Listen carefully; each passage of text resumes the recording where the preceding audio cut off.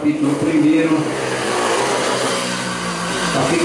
verso 1. Diz assim: Paulo, apóstolo de Jesus Cristo, segundo o mandato de Deus, nosso Salvador, e do Senhor Jesus Cristo, esperança nossa, a Timóteo, meu verdadeiro filho na fé, graça, misericórdia e paz da parte de Deus, nosso Pai, e da de Cristo Jesus, nosso Senhor. Por enquanto até aí, irmãos, em nome de Jesus. Senhor Deus e amado Pai, que o Senhor possa, Pai, agora, Senhor, fazer, Senhor, que nós venhamos a entender a Tua palavra, Senhor, conforme ela é, ó Pai.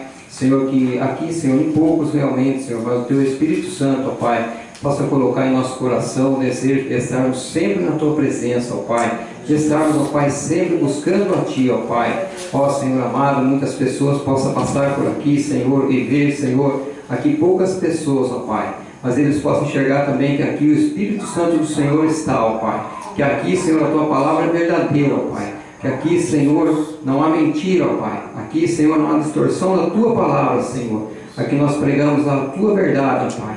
Assim, Senhor, possamos crer cada vez mais na Tua palavra, no Teu amor, Senhor, em nome de Jesus, amém. Então aqui, irmãos, a gente vê aqui essa carta de Paulo, direcionada a Timóteo, né? Paulo escreveu 1 Timóteo depois dos eventos relatados no fim de Atos, a primeira prisão de Paulo em Roma, Atos capítulo 28. Terminou, segundo parece, com a sua libertação. Posteriormente, segundo Clemente de Roma, cerca de 96 depois de Cristo. O Cânon Marturiário, cerca de 190 depois de Cristo. Paulo viajou de Roma, dirigindo-se para o oeste até a Espanha, e ministrou a palavra de Deus ali, como era seu desejo, ao longo tempo. Romanos capítulo 15, 23, versos 23, 24 e 28, conforme relatam as epístolas pastorais. Paulo a seguir voltou à região do mar Egeu, especialmente a Creta, Macedônia e Grécia, e aí continuou seu ministério durante esse período, cerca de 64, 65 depois de Cristo.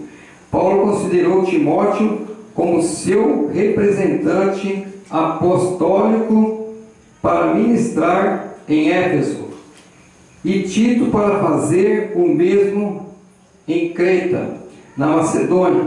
Paulo escreveu sua primeira carta a Timóteo e pouco mais tarde escreveu a Tito. Posteriormente, Paulo foi preso de novo em Roma. Então a gente vê aqui, irmãos, que Paulo ele estava preso quando ele escreveu a carta a Timóteo. Se fosse nos dias de hoje, colocando nos dias de hoje, uma pessoa tivesse preso, tivesse encarcerado, escrevesse algo para a gente da palavra de Deus, será que iríamos acreditar? Eu creio que não. Primeira coisa que havia em nosso coração era o julgamento.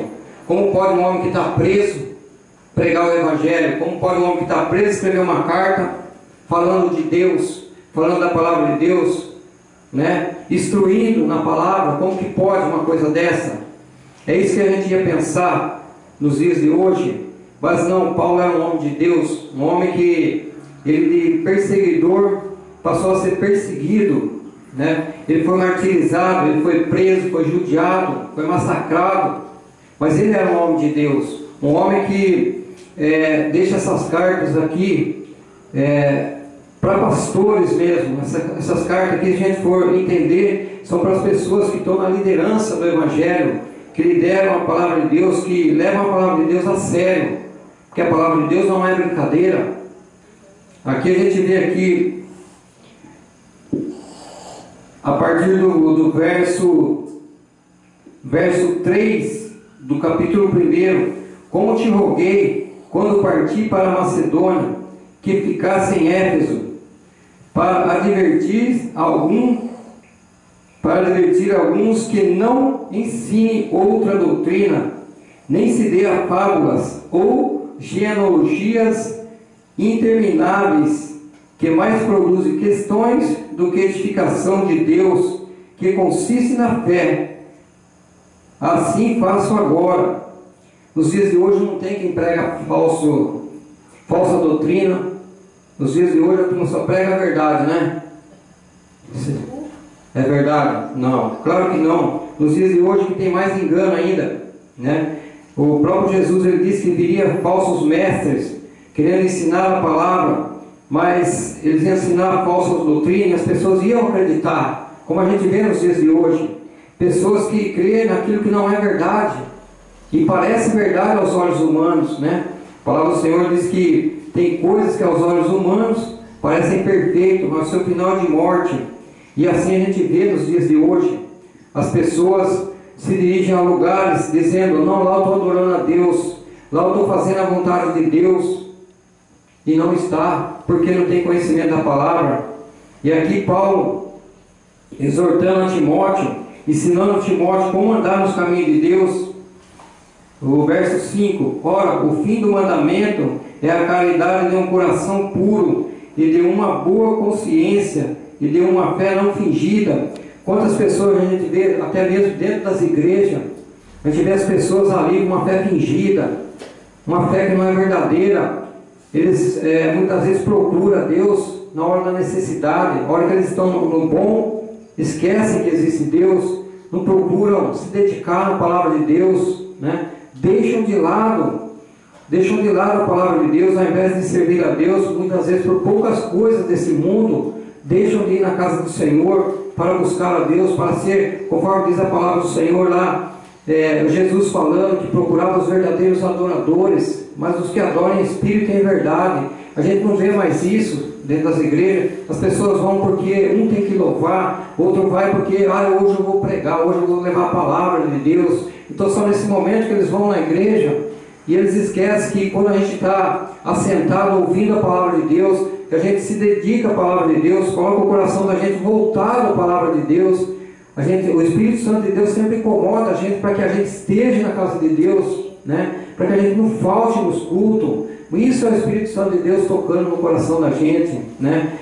E Deus, Ele faz a obra na vida da gente, mas a gente tem que deixar, a gente tem que abrir o coração para Ele e estar sempre querendo mais e mais a palavra de Deus, se alimentar da palavra. Quantas pessoas que dizem cristão e estão caindo na fé, por quê? Porque eles não vão se alimentar da palavra, não buscam de Deus, né? Muitas das vezes, é que eu acabei de falar, eles vão na igreja porque tem algo para eles fazerem naquele dia. Se não tiver, não precisa ir na igreja, não precisa compartilhar com os irmãos.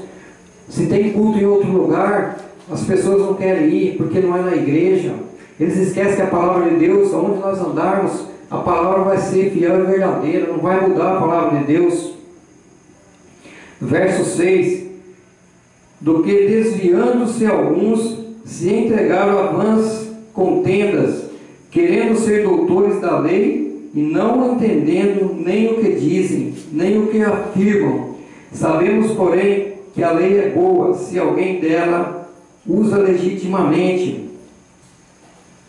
Verso 9: sabendo isto, que a lei não é feita para o justo, mas para os injustos, obstinados, para os ímpios e pecadores, para os profanos e religiosos, para os parricidas ou matricidas e para os homicidas. Então a gente vê que a lei de Deus, para nós, ela é boa, né? Para quem obedece a palavra de Deus, a lei de Deus é maravilha, é uma bênção, né, na vida da gente, porque a gente sabe que a gente obedeceu a lei do Senhor, a gente está meio caminho andado na fé, a gente está pisando certo. E então a lei, muitas das vezes as pessoas falam: mas isso daí não é para mim. Por quê? Porque não quer obedecer a palavra, eles querem deixar de lado. Muitas das vezes, se o pastor for exortar uma pessoa, falar para ele o que ele tem que fazer para continuar nos caminhos de Deus, para continuar servindo a Deus na casa de Deus, muitas vezes a pessoa vai se levantar contra o pastor, vai se levantar contra a palavra de Deus, porque ele quer estar que nem um vidrinho, não pode falar nada que já sai fora, já não quer mais aceitar. né? Imagine aqui Timóteo, com essas palavras que Paulo fala para ele, se ele fosse querer deixar o evangelho de lado, se ele fosse querer apregoar as boas novas, imagine como é que ia ser se ele não aceitasse a exortação do apóstolo Paulo, né? E ainda mais, Paulo estava preso, Paulo não estava solto. Então, irmãos, a gente vê que realmente falta para as pessoas cumprir com a lei de Deus, porque a lei é boa, né? Até mesmo a lei humana, a partir do momento que a gente anda dentro das leis, é boa. A lei só é ruim para aqueles que querem sair fora da lei, que não querem obedecer à lei. Aqui no verso 15, essa é uma palavra fiel, digna de toda aceitação, que Cristo Jesus veio ao mundo para salvar os pecadores, dos quais eu sou o principal. O apóstolo Paulo aqui está colocando ele como um principal pecador, como ele precisasse de Deus para a salvação dele. E nós, a mesma coisa, nós precisamos de Deus, precisamos pedir perdão para Deus a todo momento de nossa vida. Quem somos nós que não precisamos de Deus? Quem somos nós que não precisamos estar buscando de Deus, estar conversando com Ele, estar falando com Deus? Quem somos nós? Né? Perto do apóstolo Paulo, então, não somos praticamente nada. Um homem que pregou o evangelho para os gentios, um homem que levou a palavra de Deus conforme ela é, conforme tem que ser pregada. E quem somos nós para não aceitar? Né? Então, irmãos, a gente vê que Deus é maravilhoso e a lei dele é boa para nós. Verso 16: mas por isso alcancei misericórdia, para que em mim, que sou o principal, Jesus Cristo mostrasse toda a sua longanimidade, para exemplo dos que haviam de crer nele, para a vida eterna. Olha que maravilha! Quem crê em Cristo, quem crê na palavra de Deus, né, tem vida eterna. Muitas das vezes, se nós pensarmos que a nossa vida vai acabar aqui, então o que estamos fazendo com a palavra de Deus? Né?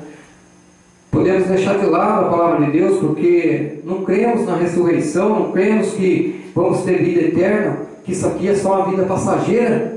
Aqui é passageiro, mas nós temos que crer que a nossa vida vai continuar. E nós vamos continuar louvando e bendizendo o nome do Senhor, quando Ele voltar. Ou muitas das vezes, se não der tempo de nós vermos a vinda dEle, quando nós morrermos, voltarmos ao pó da terra, um dia nós vamos ressuscitar. E assim nós vamos louvar e engrandecer o nome do Senhor. Amém? Aqui no verso 17: ora, ao Rei dos séculos, imortal, invisível, ao único Deus, seja a honra e a glória para todos sempre. Amém. Este mandamento te dou, meu filho Timóteo, que segundo as profecias que houve acerca de ti, milites por elas boas milícias, conservando a fé e a boa consciência, rejeitando a qual alguns fizeram naufrágio na fé. E entre esses foram Emineu e Alexandre, os quais entreguei a Satanás, para que aprendam a não blasfemar. Então, irmãos, a gente vê aqui que Emineu é uma pessoa que no começo a gente lê lá em Atos, ele acompanhava o apóstolo Paulo, mas de repente ele se desviou da fé, como muitos dentro das igrejas se desviam da fé. Eles deixam de servir a Deus, deixam de buscar de Deus e começam a se desviar, indo por caminhos tortuosos, achando que essa doutrina não é verdadeira, achando que essa palavra do Senhor é falsa. Então eles acabam se desviando, porque assim, a gente sabe que fazer a vontade da carne é bom, é gostoso, é agradável, mas fazer a vontade de Deus, as pessoas acham difícil, eles acham trabalhoso estar na casa de Deus, estar buscando o Senhor, é dificultoso para muitas pessoas, mas para nós que estamos firmes nas promessas de Cristo, eu creio que é gostoso, é muito bom, é agradável para nós, agrada a Deus e além disso agrada a cada um de nós. Nosso espírito vivifica diante de Deus. E aqui em 2 Timóteo, irmãos, capítulo 4, abram aí, 2 Timóteo, capítulo 4, do verso 1, para encerrar aqui, irmãos.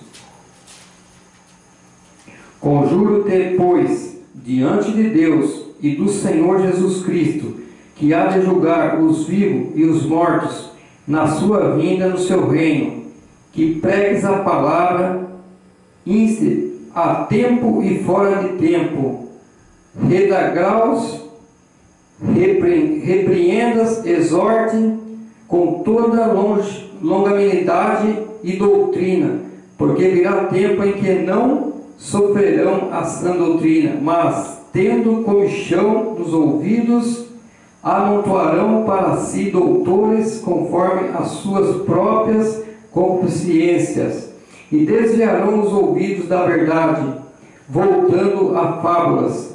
Mas tu sê sóbrio, em tudo sofres aflições, fazer a obra de um evangelista, cumpre o teu ministério.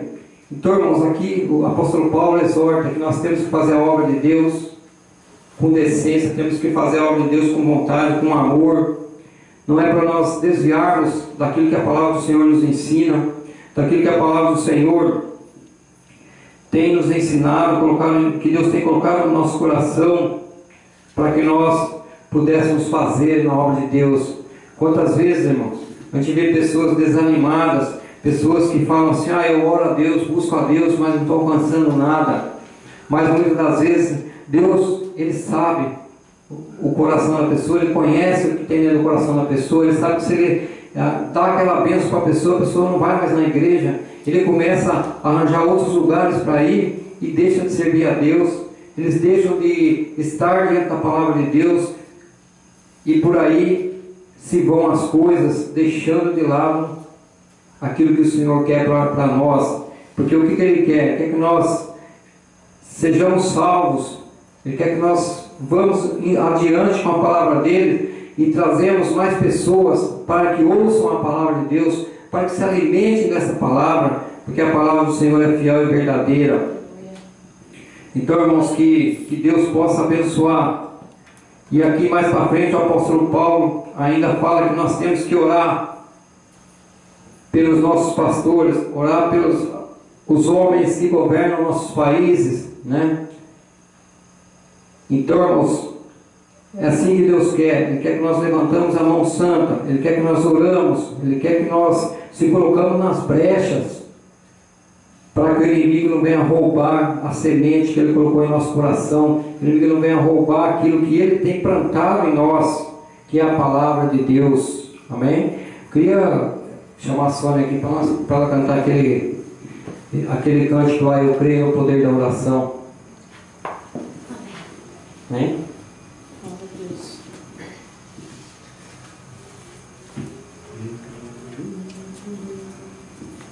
Amém, irmãos. Glória a Deus.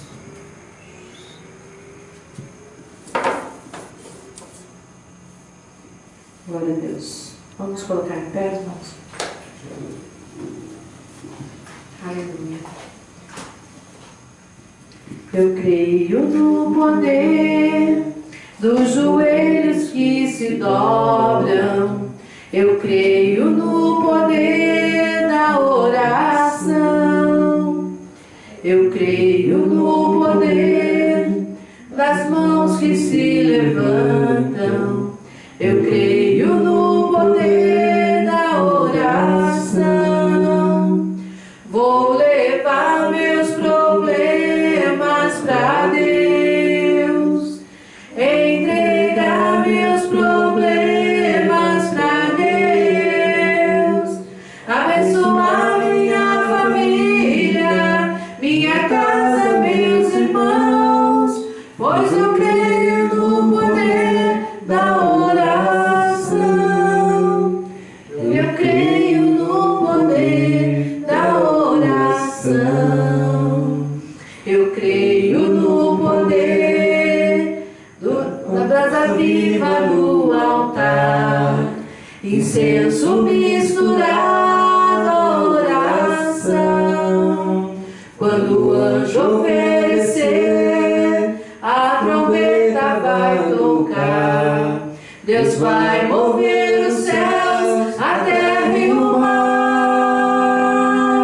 Vou levar meus problemas pra Deus, entregar meus problemas pra Deus, abençoar minha família, minha casa, meus irmãos, pois eu creio no poder da oração. Eu creio no poder da oração. Eu creio no poder da oração. Glória a Deus. Aleluia, louvado seja o nome do Senhor. Que nós possamos crer no poder da oração, porque a oração é uma conversa com Deus, né? E Ele ouve nossas orações, Ele ouve nossas súplicas, assim conforme a palavra do Senhor diz. E que em nome de Jesus, irmãos, Deus possa abençoar grandemente a vida de cada um que está aqui nesta noite. Que Deus possa levar para as suas casas em paz, na graça do nosso Deus, né? Que Deus possa abençoar grandemente a vida do pastor Paulo, da pastora Vera, da Ana Paula, do Paulinho, né? Deus possa abençoar grandemente, principalmente esses dois jovens, né, que estão na caminhada. Que Deus possa realmente engrandecer a vida deles sem medida, né? Vamos a palavra, sem medida. Que Deus possa abençoar grandemente mesmo. Amém?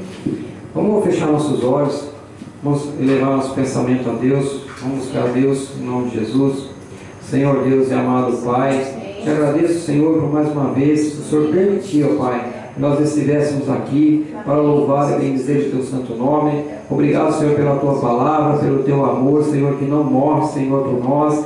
Oh, Senhor amado, que nesta noite, Senhor, possamos, ó Pai, refletir, Senhor, na Tua palavra, possamos, ó Pai, estar, Senhor, na Tua presença sempre, ó Pai. Senhor, toca em cada coração, em cada vida, ó Pai. Alcança, Senhor, as pessoas que estão distantes, ó Pai. Aqueles, ó Pai, que precisam de uma palavra de conforto, Senhor, nesse momento, ó Pai. O Senhor possa, ó Pai Celestial, falar com cada um, ó Pai. Eu não sei, Senhor, o que cada um precisa, ó Pai, mas o Senhor conhece o coração de cada um. O Senhor é um Deus vivo, um Deus poderoso, ó Pai. Um Deus, ó Pai, que está acima de tudo e de todos, ó Pai. Por isso eu entrego nas Tuas mãos, ó Pai, que toda enfermidade, Senhor, tudo aquilo que não provém de Ti, Senhor, caia por terra em nome de Jesus, ó Pai. E que a Sua palavra, Senhor, seja fiel e verdadeira sempre em nossos corações, ó Pai. Assim, Senhor, eu Te agradeço e Te louvo, desde agora e para todos sempre.